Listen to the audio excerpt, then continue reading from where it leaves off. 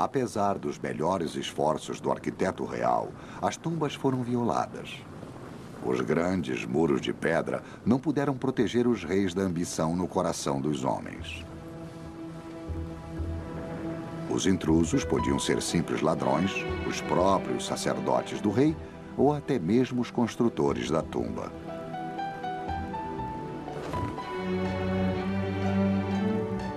Transcrições de julgamentos encontrados em papiros antigos revelavam esta ambição.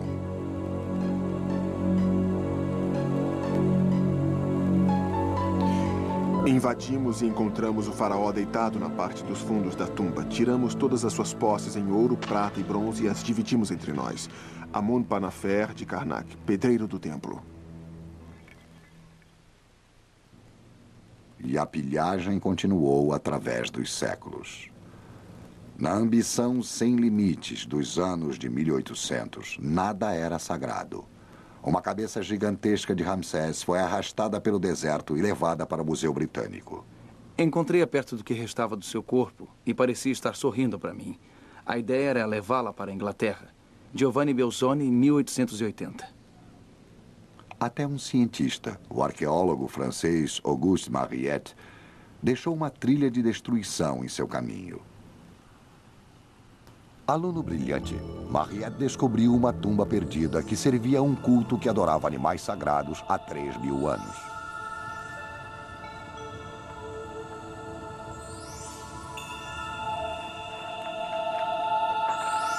Sob o solo profundo de Saqqara, grande número de catacumbas continham pesados sarcófagos de pedra que um dia guardaram as múmias de touros. Cada câmara de granito pesava 80 toneladas. Mas essas também foram roubadas. Suas tampas foram abertas ainda na época antiga por uma força que Mariette não conseguia nem compreender.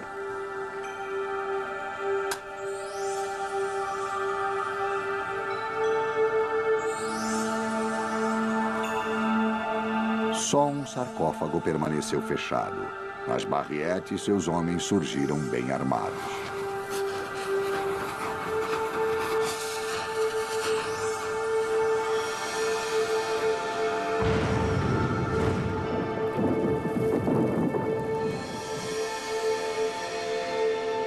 Mariette foi um produto de seu tempo, tão sedento de tesouros quanto de conhecimento, totalmente indiferente à destruição que causaria aos túmulos sagrados. Nessa época de pilhagens, era só dizer, vamos carregar o máximo que pudermos. E arrombavam túmulos com dinamite, tiravam tudo e deixavam cair no Nilo quando os guinchos não funcionavam e todo tipo de caos. Levavam dinamite e colocavam na base da pirâmide e aí, bum, e iam correndo ver onde tinham feito um buraco para ver se estava perto da câmara mortuária. Apesar de todos os esforços das autoridades egípcias, essas escavações continuavam. Os ladrões mais insistentes viviam aqui, em Kurna, que era a aldeia dos assaltantes. Durante gerações, negociantes inescrupulosos chegavam a Kurna vindos de todo o mundo para comprar peças do passado do Egito. E esse mercado negro floresceu nestas ruas estreitas. Em Kurna, a venda de tesouros antigos tornou-se um meio de vida. Quando jovem, Hussein Abdul El-Rassul muitas vezes comprou artefatos ilícitos. Kurna está construída sobre muitos artefatos e antiguidades. Ninguém sabe com certeza o quanto está enterrado aqui. Existem centenas de tumbas que ainda não foram abertas nem descobertas. Mas todos os habitantes, sem exceção, sabem o valor do que jaz sob eles. E sempre que podem vender alguma coisa, não hesitam.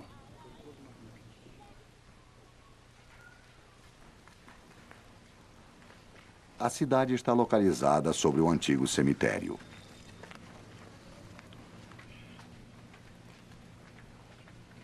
Existem rumores sobre túneis feitos por saqueadores, mas é possível que estes sejam os túmulos roubados de nobres menores ou homens comuns. a aldeia dos saqueadores conquistou sua reputação. Mas as piores pilhagens não foram obras de amadores.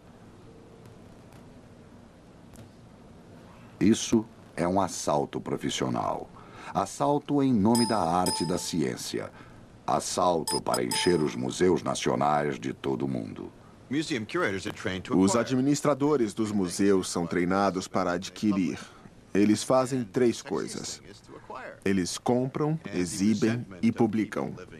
E a coisa mais emocionante é comprar. E o ressentimento das pessoas que viviam nos países que estavam sendo pilhados chegou a tal ponto que teve que ser levado a sério pelas forças industriais que eram os colecionadores. Não queremos mais esse roubo e vocês que são os estudiosos, vocês que são os curadores, vocês que estimulam tudo isso estão contribuindo para esse comportamento criminoso quando dizem: compramos tudo o que trouxerem. Não podemos pegar os assaltantes que agem na calada da noite, mas podemos pegar as pessoas que dizem: esta é a nossa nova aquisição, e colocá-la sobre um pedestal em Nova York ou Berlim ou outro lugar. Isso é perturbador.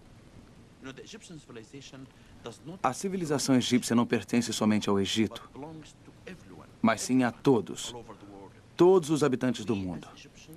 Nós, como egípcios, somos os guardiões dessa civilização. E eis porque todos nós, egípcios, americanos, europeus, temos que cooperar para impedir esse crime. Proteger esta rica herança do país é agora a função da Polícia de Antiguidades do Egito. Em seu quartel-general no Cairo, o coronel Meklet lidera uma capacitada unidade de investigadores, talvez os melhores do mundo no que fazem.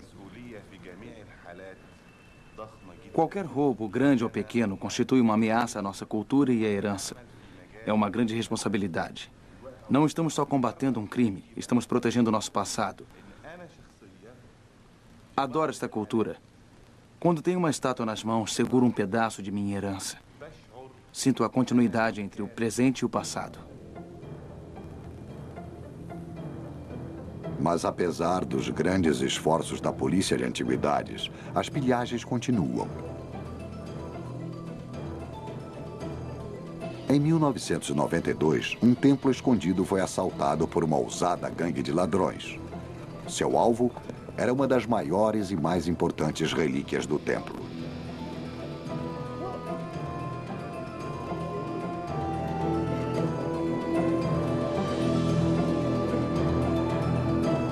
Recebemos o aviso do roubo da cabeça de uma estátua enorme de uma área que ficava a uns 120 quilômetros a oeste de Assuã. Quase no meio do deserto, muito difícil de ser alcançado. Era uma peça muito importante porque era a estátua de Ramsés o Grande. Em casos como esse, todos do departamento, seja qual for sua posição, juntam-se para solucionar o roubo e recolher os artefatos roubados. A equipe do coronel Meklet conseguiu capturar os ladrões e recuperar a cabeça roubada.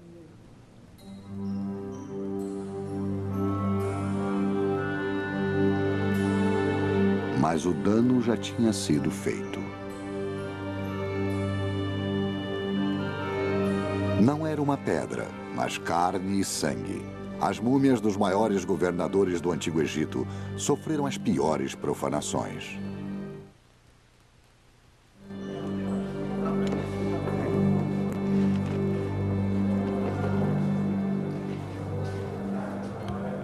Os faraós não foram deixados em paz. O destino desta múmia não é incomum. Só os seus ancestrais é que são. Trata-se da múmia de Tutankhamon, o rei Tut. Através dos anos, ele foi tratado rudemente pelos homens, mas as múmias sofreram indignidades muito piores. Tornaram-se objetos de rituais e crenças bizarras. Na época medieval, as múmias egípcias trituradas eram consideradas um remédio poderoso. Isso quando não um afrodisíaco. Múmias trituradas foram usadas pelo rei da França em uma bolsa de couro presa no cinto. E um mercado macabro, que era chamado a múmia, desenvolveu-se por toda a Europa. E sabe-se de numerosos casos no final do século XVIII e início do XIX que pessoas disputavam partes das múmias e grupos de médicos e cientistas juntavam-se e faziam uma recepção na qual desenrolavam a múmia. E a partir de então, a coleção de múmias tornou-se um grande negócio. Por mais de 1000 anos, os seres humanos foram tratados como peças em exposição, curiosidades históricas, peças para mágicos baratos. Mas outra descoberta ao acaso, há mais de um século, mudaria para sempre a maneira como as múmias seriam tratadas. Ironicamente, a descoberta surpreendente foi feita acima da cidade de Kurna, a aldeia dos saqueadores. Aqui, em uma caverna, estão os sarcófagos de 32 reis e rainhas, inclusive a múmia de Ramsés o Grande. Há 3000 anos, seus sacerdotes reais identificaram cuidadosamente cada rei e seus despojos nesta câmara secreta.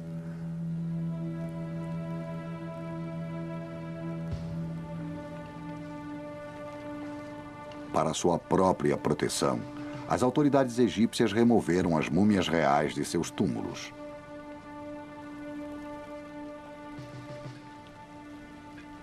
E esta coleção de governadores antigos formou uma procissão funerária única na história humana.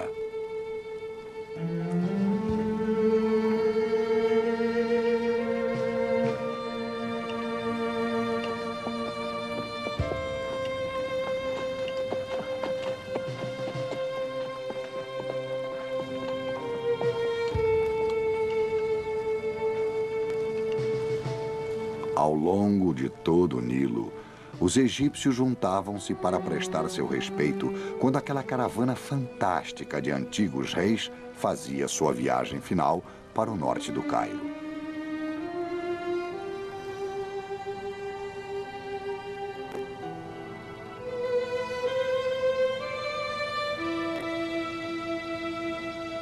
Hoje, um século depois, Ramsés e todas as múmias reais estão em uma galeria superior do Museu do Cairo.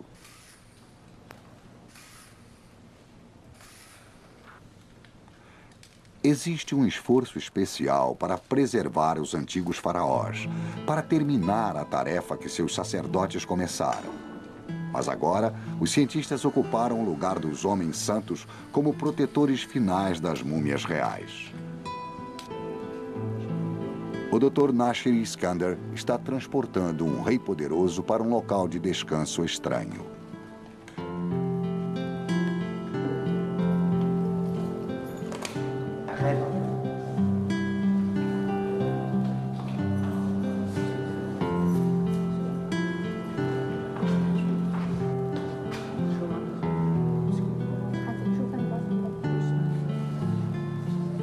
Aço e vidro substituíram as pedras e joias de sua tumba original.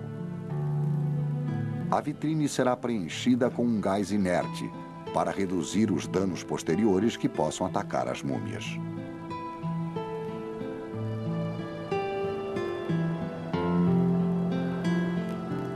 Encerrando uma jornada que iniciou no século XII a.C., esta múmia real descansará em paz, protegida pela tecnologia do século XX. Esta é a melhor maneira. Simula a atmosfera existente no interior das tumbas no passado. Toda vez que vejo isto, eu sinto uma profunda sensação quando olho este homem face a face. É um momento inesquecível. É muito difícil explicar esse tipo de coisa, mas sinto que sou parte disto. É a nossa história e agora a história mundial. Talvez o que torna o Egito tão misterioso e majestoso seja que os traços da humildade tenham desaparecido, todos apagados pela passagem do tempo. Só vemos as construções exóticas e monumentais e os tesouros reais de uma beleza inspirada e surpreendente. são os feitos fabulosos dos sacerdotes e mágicos, os locais de descanso de rainhas e reis que sobrevivem. Mas o que mais nos impressiona são as múmias. Os rostos preservados de homens e mulheres que viveram suas vidas ao máximo e que morreram esperando que suas vidas perfeitas às margens do Nilo não tivessem totalmente acabado. E aqui, agora, eles estão mais perto da eternidade do que jamais estiveram.